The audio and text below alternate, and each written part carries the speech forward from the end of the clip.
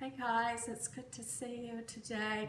I know that many of your preschool teachers are missing you so much. Miss Donna, Miss Becky, Miss Sylvia, Miss Amy, Miss Jill, Miss Karen, all of your people that we love. Mr. Ben, we forgot about Mr. Ben and Mr. Wayne.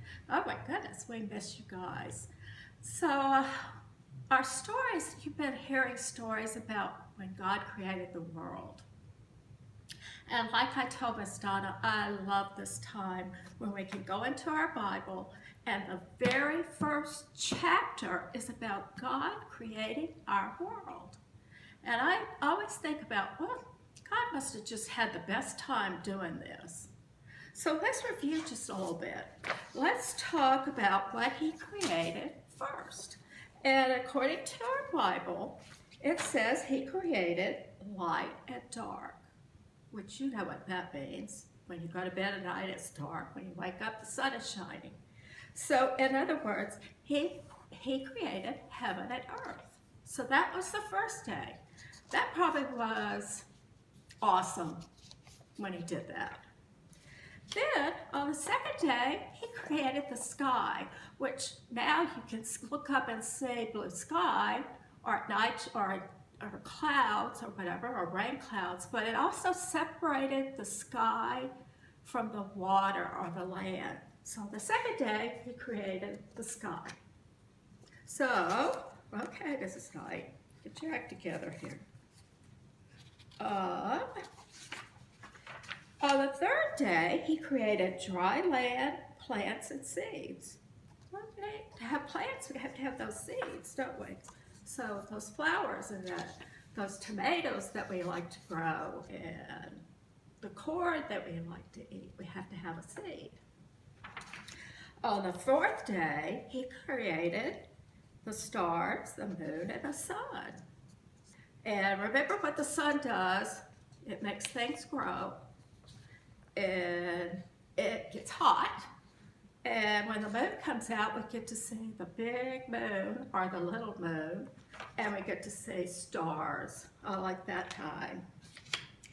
On the fifth day, he created flying animals. You know what those are? Birds, hawks, and he created sea life. And we get to see a lot of that when we go to the beach here. We get to see, sometimes we see dolphins in the water, or there's fish in the water. So today is the sixth day in our story. And on that day, he creates land, animals, and people.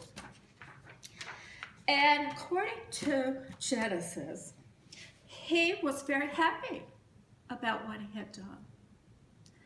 And he made the world beautiful. And there was flowers growing and trees with apples on them and peaches and animals walking around. But he thought to himself, God did, there's something missing here. I need someone to take care of all this, to take care of our world. So what did he do? He created a person. And in that person, the Bible tells us that he came from dust, and God created a man, and he named that man Adam. And Adam was supposed to take care of all the animals, all the garden that he lived in. In fact, God even gave him a job, and you know what that job was? He got to name all the animals. And I thought, wow, Adam must have had a good sense of humor, because he could name a hippopotamus. How did he come up with that? Or a giraffe with a big long neck? Well, he named all those animals. So Adam was taking care of the garden and growing plants and food for him to eat. But he was lonesome. He didn't like being by himself. And actually, the Bible tells us he needed a helper. So he knew God was listening. And God says, Adam, you need somebody to be your helper. And in this case, he created a woman.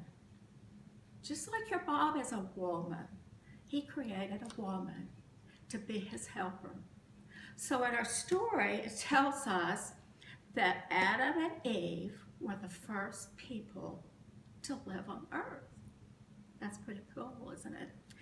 God loved Adam and Eve, and Adam and Eve loved God very, very much. And I often wonder if they prayed together, which I think they did. I think they talked to God, and guess what? God talked to them at that time because he was there, and he loved them very much. So our story ends by wanting us to thank God for creating people. And guess what? Are we a people? Sure, we're people. So he created us.